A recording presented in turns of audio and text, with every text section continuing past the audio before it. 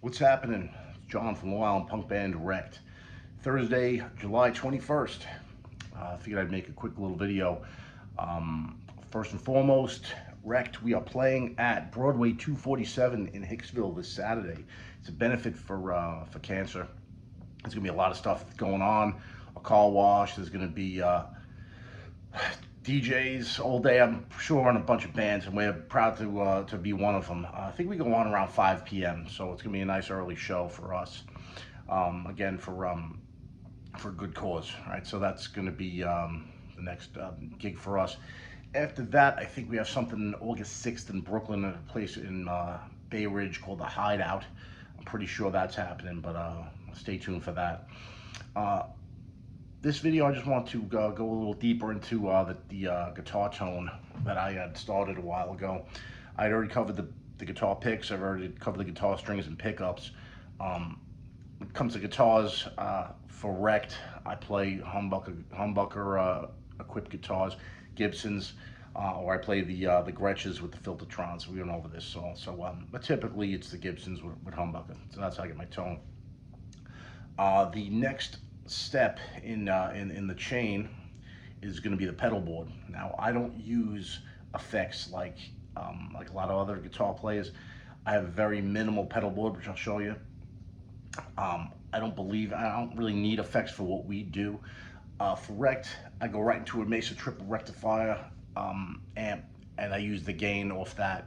And if I want to clean up, I roll off the volume, and that's my tone for Rect. For other types of bands, I would have maybe a little bit more of a variety of sound. But for Rect, again, the tone I go for is a fuzzed out, aggressive, heavy tone, and the only way I found it is through the Mesa triple rectifier.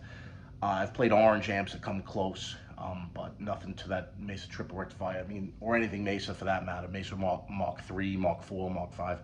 You know, those amps all have a very similar sound profile. So I do have a pedal board, and I'll show it to you. This board is made by Blackbird. Blackbird pedal boards. You see them right there. Very minimal. Here it is. I have going from the right here. This is a tuner, Boss tuner. Nothing special about it. This is again a Boss distortion pedal. I don't use this much with Rect. I have it on the board because when I play other things, I have it. It's more of a if I'm playing through a cleaner amp, I use this as my basis for distortion. Right here, this is the Blessed Mother. I want to tell you about this. This is a Blessed Mother overdrive. This is a overdrive slash distortion. I'll get back to that. And then finally, the Boss, I think the RV6, RV3, sorry, the RV6 is the current model. This is RV3, it's a digital reverb slash delay, and does neither of those things well. So I think they're better now, but I've had this pedal for 20 years. I've had most of these pedals for a while. Again, I don't really use a pedal board in the traditional sense. The tuner, it's because, and you need the same tuner. I'm not going to put one of those clip-on tuners on the top of the headstock. I just find it's kind of tacky when you do it. Whenever I see bands, playing, and the guy's got the tuner on the headstock, I'm like, that's lame, I don't know, just personal preference for me.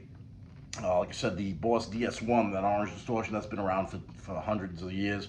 This is actually my second one. I got this off eBay because the first one got stolen years ago out of my truck when I lived in Farmingdale. Anyways, I'm gonna get into what else should I get into? Okay, the powering is Voodoo Labs Pedal Power Plus. I don't use batteries. It's too much of a pain in the ass. I've had it with batteries and they fail, and then you're stuck. So it's not a good way to really run your pedal board, in my opinion. Some guys like the tone of it better. I don't really think it makes a difference. Either way, so I want to tell you a little bit about this here. I'm gonna put it up. Blessed Mother from Heather Brown Electronicals. I mean, you can call it a boutique pedal, but it's really not. It's mass produced. This woman, Heather Brown, owns the company, and she started making dirt boxes. She makes another thing. I don't know what it is. I think it's like a reverb or something like that. A chorus, I think it is, which I might get. But pretty much straightforward. It's got a volume, which I keep at 3/4. The drive I put all the way up. Treble, a little bit backed off. Bass all the way up. That's what I use. And I use this for, in rect, I use it for a boost. That's all I use it for. If I'm doing something, you know, I'll roll off my volume on my guitar, and I'll hit this. It gives you a little bit of a thing, bit of a boost. In conjunction with the Mesa triple rectifier for guitar leads, I use it. It gives it a little more of a push over the edge. This dial here is the Immaculator. This is a blend of how much signal you want of the pedal and how much of your amp. So I have it all the way here, and that's full on, you get in the pedal. So, I mean, that's pretty much it. I don't really, like I said, I don't use pedals, in this band at least. And previously, I really rarely use pedals too. It's just too much of a pain in the ass, you know? It's too much stuff to worry about. Nothing worse than you get a guitar player in the band, and he's got a pedal board that he needs to have a scientist come and troubleshoot it when it doesn't work. Nothing worse. And I've dealt with it a bunch of times. In the I guess the 90s, the big craze were the rack effects. So everybody took their amps out of the head shells and everything else, all that stuff, put in a rack. So you had your power amp, your preamp, and then you had your effects processors, you know. And again, these processors did some stuff well, but purists always wanted stomp boxes, just boxes, a pedal board, because each pedal does something well, and it does it, you know, the only thing it's supposed to do. With these effects processors, it got really out of hand, and I had a few. I had a Digitech, I think a GSP 7, I want to say, or 5, maybe it was 5, and I had an ART. I had a scaled down version of the processor that Kirk Hammett used. It was sort of like that one. I think it was ART 200. I'm again pulling this out of my ass. It was definitely ART, but it was basically Kirk Hammett's from Metallica. His effects, really stripped down, and I used that. I also used a Marshall preamp, but again, I was using this through a Carvin 100-watt power amp and a 4-channel preamp, and it was good for what it was at the time. But again, these processors didn't do did everything, but didn't do one thing great. So people got out of that and started getting back into the stomp boxes. I think with the grunge movement, they got back into stomp boxes.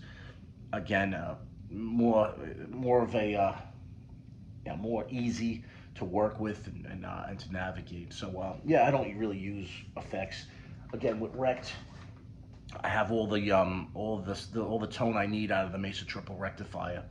So I don't really feel the need to do anything different. Again, I use that Heather Brown boost just for solos. When it comes to playing with other bands or other people, which I don't do often, I'll use this pedal board through I have a Fender Blues Deluxe, and Fender amps traditionally don't have great drive to them, overdrive. So, but they take pedals very well. So I use that sometimes with the pedal board in front of it. Or I also have a Fender Bassman head, 50-watt head from the 70s, and that's just just a clean tone. That's it. You're not getting anything. It's got 3 knobs: volume, bass, treble. That's all it's got. So I'll use that with the pedal board, with the Boss Distortion or the Heather Brown in front of it, and get a very close sound to what I look for, real aggressive sound. But yeah, nothing beats a Mesa Boogie, and people, I don't know, people tell you otherwise, but talk to anybody, any of my friends or any of the bands I listen to, and Mesa Boogie was the way to go. I mean, it worked for Metallica. It worked for all the new metal bands. Used Mesa triple rectifiers. Everybody used them. Now, of course, I can't think of them. Tim Armstrong from Rancid, he uses a Mesa, I think a Mark V. But they're great amps, and I don't see the need for any effects. So that's the story. Come out this Saturday, Broadway 247 in Hicksville, just north of the Delco Plaza. We have the Chuck E. Cheese. You have the Shake a Paw, the puppy store. So come check us out. We're gonna go on around 5. Again, there's other stuff. There's a Beastie Boys tribute band that's playing. I think they're playing late, but they're great. Check them out. So yeah, that's my story. Thank you for watching the video, and have a great night.